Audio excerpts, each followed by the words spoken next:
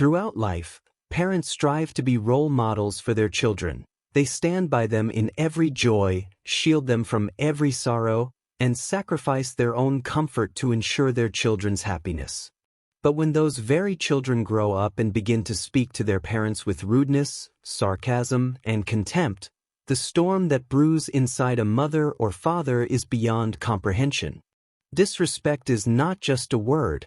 It's a fire that doesn't just burn relationships, it scorches the very identity of the person on the receiving end.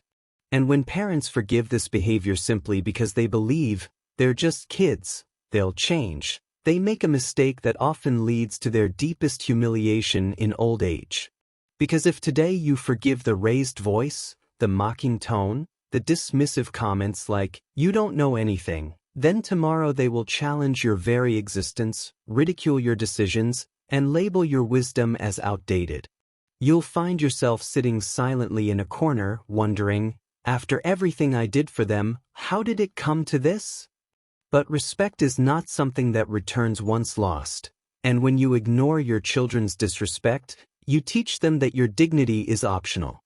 And when dignity becomes optional, your old age becomes a lonely place filled with guilt, regret, and emotional abandonment. This chapter explores how disrespect is not just a behavior but a pattern. Every time it repeats, it creates an emotional fracture, and if you ignore that fracture, one day it will shatter your self-worth. That's why it's essential for parents to teach their children that respect is a duty, not a choice. If a child ever speaks rudely, mocks, belittles, or raises their voice, that behavior must be stopped immediately, not forgiven, not tolerated. Because if you forgive it today, tomorrow they will humiliate you in front of others, dismiss your opinions, and treat your emotions as irrelevant. You'll be left with nothing but silence and shame. Parents must set boundaries. Where love exists, but so does grace. Where closeness thrives, but so does decorum. Where relationships flourish, but respect remains non-negotiable.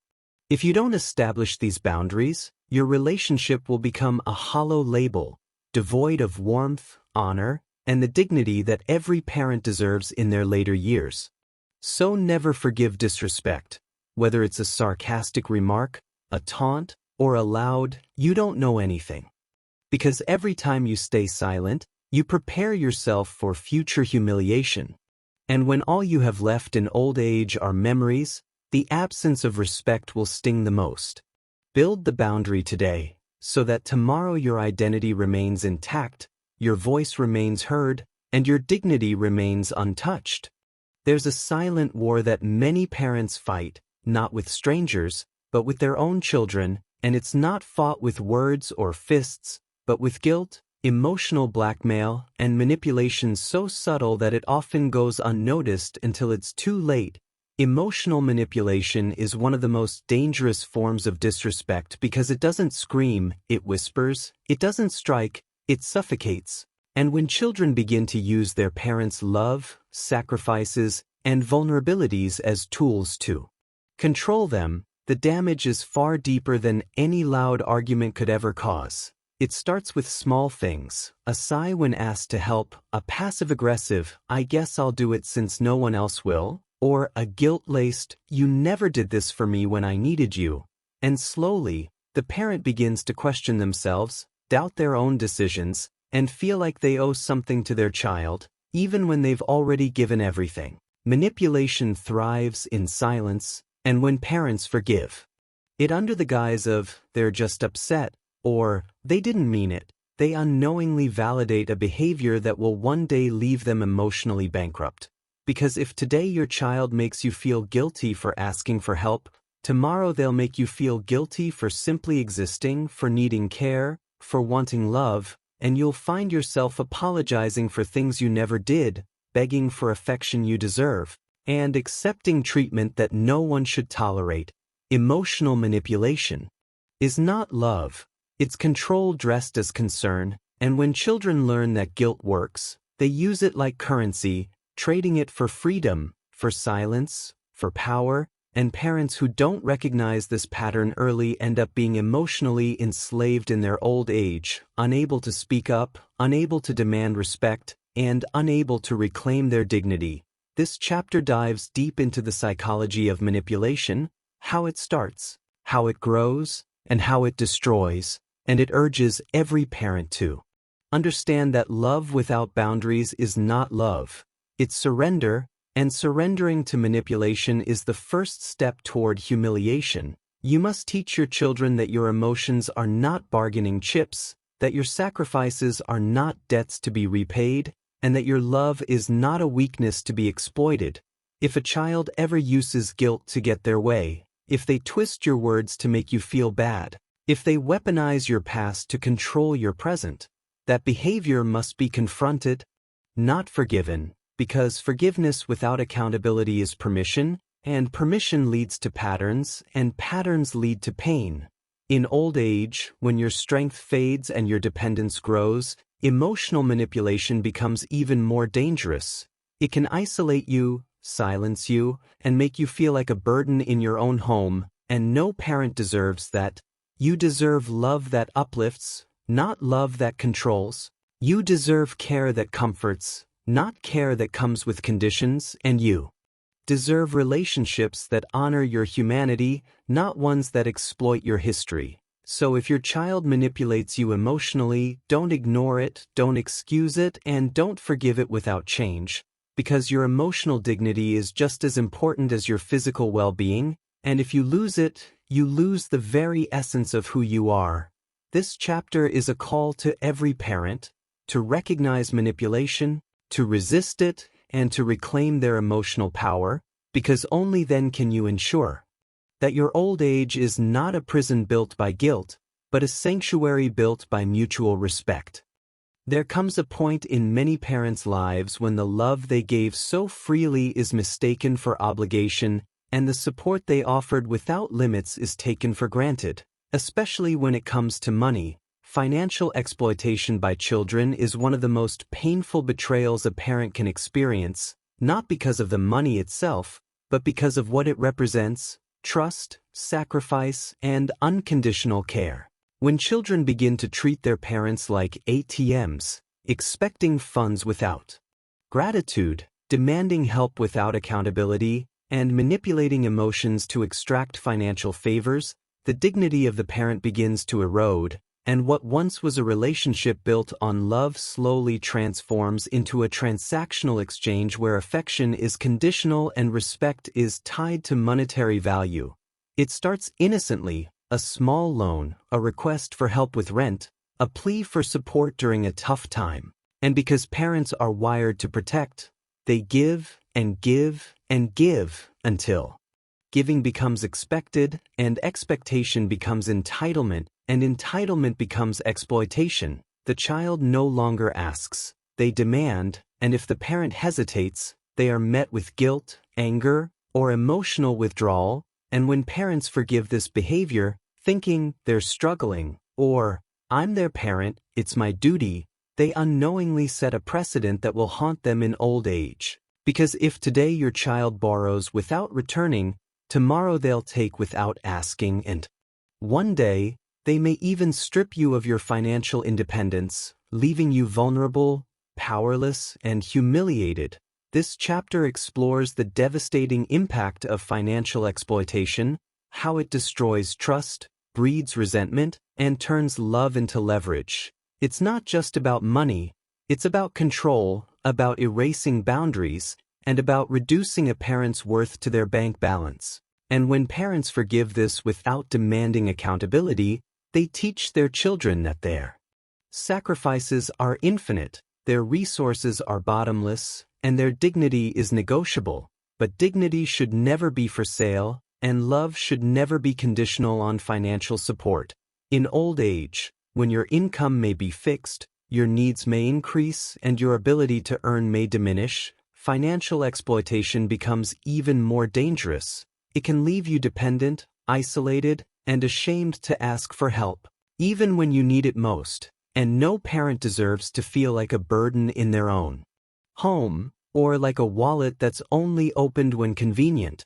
You must teach your children that financial respect is part of emotional respect, that borrowing comes with responsibility, that help must be met with gratitude, and that your money is not theirs to claim without permission. If a child ever manipulates you into giving, if they guilt you into loans, if they take without returning, that behavior must be addressed, not excused, because every time you forgive it, you lose a piece of your independence. And in old age, independence is the foundation of dignity. This chapter is a wake-up call to every parent, to protect their financial boundaries, to demand respect in every transaction, and to understand that saying no is not cruelty, it's self-respect. Because if you don't draw the line today, tomorrow you may find yourself begging for the very money you once gave away, and the humiliation of that moment will be deeper than any financial loss. It will be the loss of your voice, your power, and your place in the family. So never forgive financial exploitation, not out of love, not out of guilt, and not out of fear, because your worth is not measured by what you give, but by who you are, and that worth must be protected at all costs. There is a kind of silence that doesn't bring peace. It brings pain, and that pain is felt most deeply by parents who are neglected by their own children. Neglect is not always loud or dramatic, it's quiet, subtle, and devastating, creeping in slowly through missed calls, forgotten birthdays, delayed visits, and the absence of care when it's needed most. It begins when children, once dependent on their parents for everything, begin to prioritize their own lives so completely that they forget the very people who built the foundation they now stand on.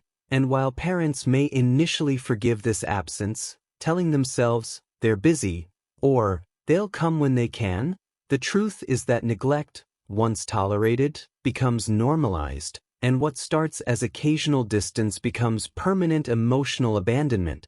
This chapter explores the heartbreaking reality of parental neglect, how it turns vibrant homes into empty spaces, how it transforms proud parents into invisible figures, and how it replaces love with loneliness. When children forget to check in, fail to show up, or ignore the emotional needs of their parents, they don't just neglect a person, they neglect a legacy, a history, and a relationship that was built with years of sacrifice, sleepless nights, and unconditional love.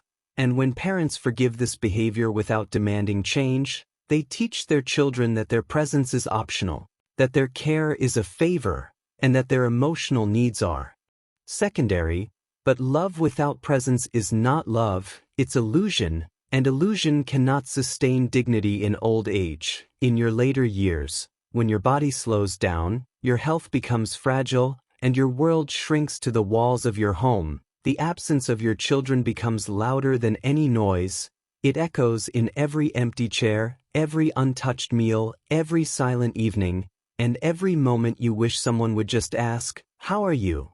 And no parent deserves to feel invisible, to feel like a burden, or to feel like their existence is an inconvenience. You must teach your children that care is not charity, it's duty, that presence is not a favor, it's love, and that neglect is not something that can be forgiven without change. If your child forgets you, ignores you, or disappears from your life without reason, that behavior must be addressed, not excused, because every time you forgive it without accountability, you lose a piece of your emotional strength. And in old age, emotional strength is the foundation of survival. This chapter is a mirror, reflecting the loneliness that many parents feel but never speak of, the longing for connection that remains unfulfilled, and the silent tears that fall when no one is watching. It's a call to every parent to demand presence, to value their own emotional needs, and to understand that being loved means being remembered, being cared for, and being prioritized. Because if you don't speak up today, tomorrow you may find yourself sitting alone, surrounded by memories but starved of affection, and the humiliation of being forgotten by your own children will be deeper than any wound. It will be the erasure of your place in their lives. So never forgive neglect, not out of fear, not out of hope, and not out of habit, because your presence matters, your emotions matter, and your life deserves to be honored, not ignored.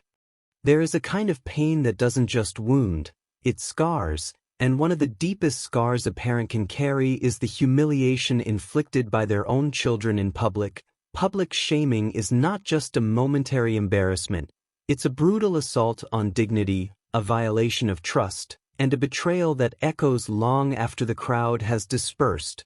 When children mock, ridicule, or belittle their parents in front of others, whether it's relatives, friends, neighbors, or even strangers online, don't just hurt feelings, they dismantle the very foundation of respect that holds the parent-child relationship together.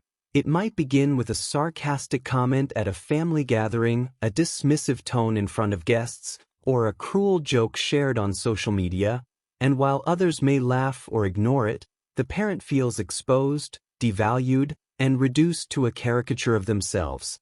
And when parents forgive this behavior, thinking, they didn't mean it, or, it was just a joke, they allow the erosion of their own self-worth to continue unchecked, and what starts as a single incident becomes a pattern where the child learns that their parents' dignity is disposable, that their authority can be mocked, and that their emotions are irrelevant in the face of entertainment or ego. This chapter explores the devastating impact of public shaming, how it turns love into humiliation, how it replaces respect with ridicule, and how it transforms proud parents into silent victims of their children's insensitivity. And when parents tolerate this without consequence, they teach their children that cruelty is acceptable if it's public, that disrespect is forgivable if it's funny, and that their own pain is secondary to the child's image or convenience. But dignity is not a costume to be worn in private and discarded in public. It is the essence of identity, and when it is stripped away in front of others, the damage is not just emotional, it's existential. In old age, when your voice may be softer, your presence less dominant, and your dependence greater, public shaming becomes even more dangerous. It can silence you, isolate you, and make you feel like an unwanted relic in your own family, and no parent deserves to be mocked for their age, their habits, their beliefs, or their limitations, especially not by the very people they raised with love and sacrifice. You must teach your children that respect is not situational, it is constant, that dignity is not negotiable, it is sacred, and that public behavior must reflect private values. If your child ever humiliates you in front of others, whether through words, actions, or silence, that behavior must be confronted, not excused, because every time you forgive it without change, you lose a piece of your public identity, and in old age, identity is the shield that protects you from invisibility. This chapter is a call to every parent to reclaim their voice, to demand public respect, and to understand that being loved means being honored, not just in private, but in every room, every conversation, and every moment. Because if you don't draw the line today, tomorrow you may find yourself the subject of jokes, the target of sarcasm, and the object of pity, and the humiliation of that reality will be deeper than any wound, because it will be inflicted not by enemies, but by your own children. So never forgive public shaming, not for peace, not for pride, and not for appearances, because your dignity is not a performance, it is your truth, and that truth must be protected with unwavering strength.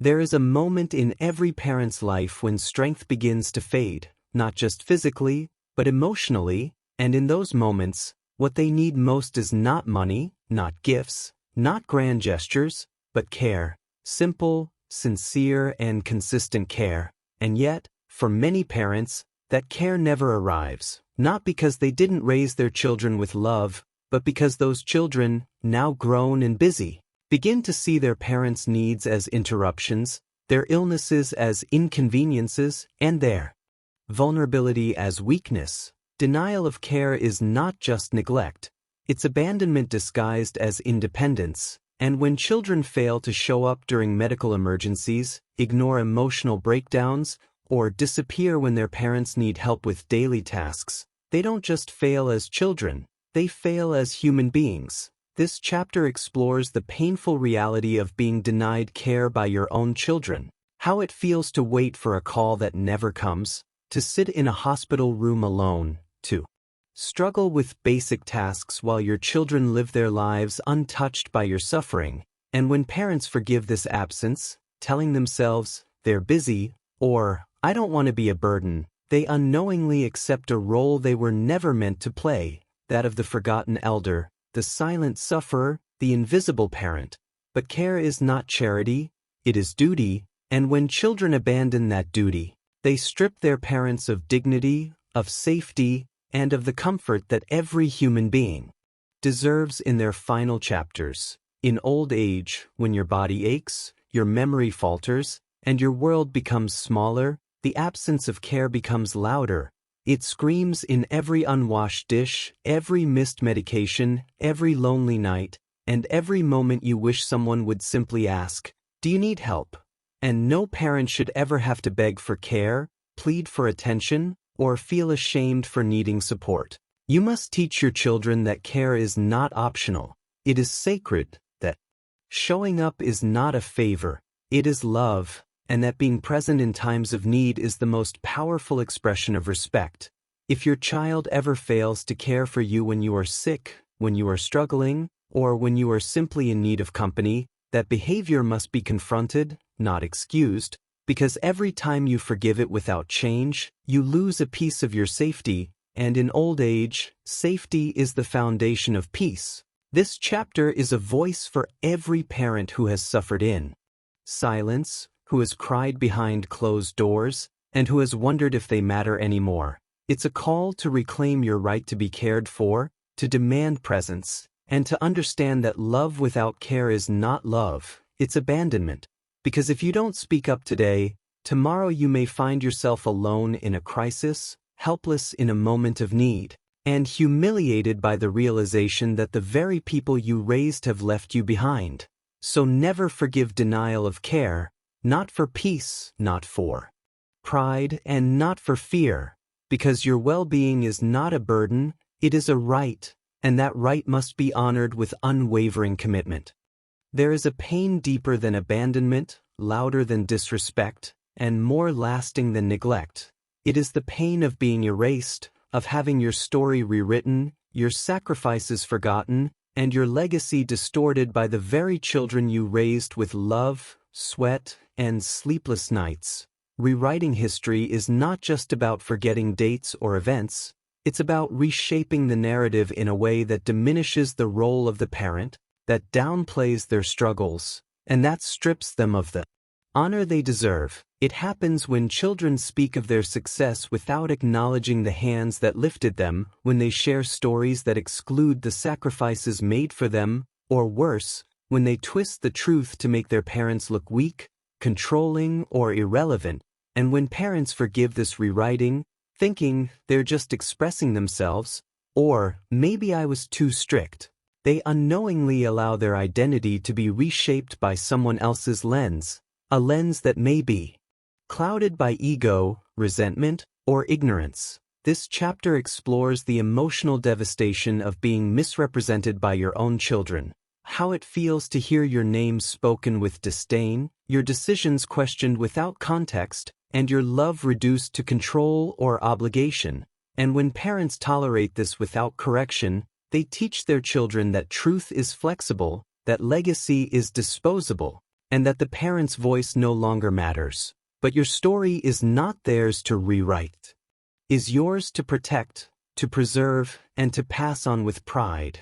In old age, when your memories become your most valuable possession, the distortion of those memories becomes a theft of dignity, of identity, and of emotional peace. And no parent should ever feel like a stranger in their own life, like a footnote in their child's success, or like a villain in a narrative they never wrote. You must teach your children that honoring you means honoring your truth, the good, the flawed, the painful, and the beautiful.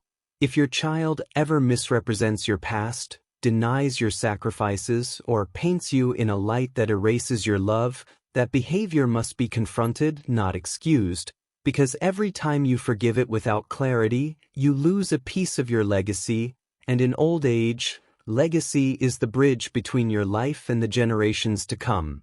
This chapter is a tribute to every parent who has been silenced, misquoted, or misunderstood.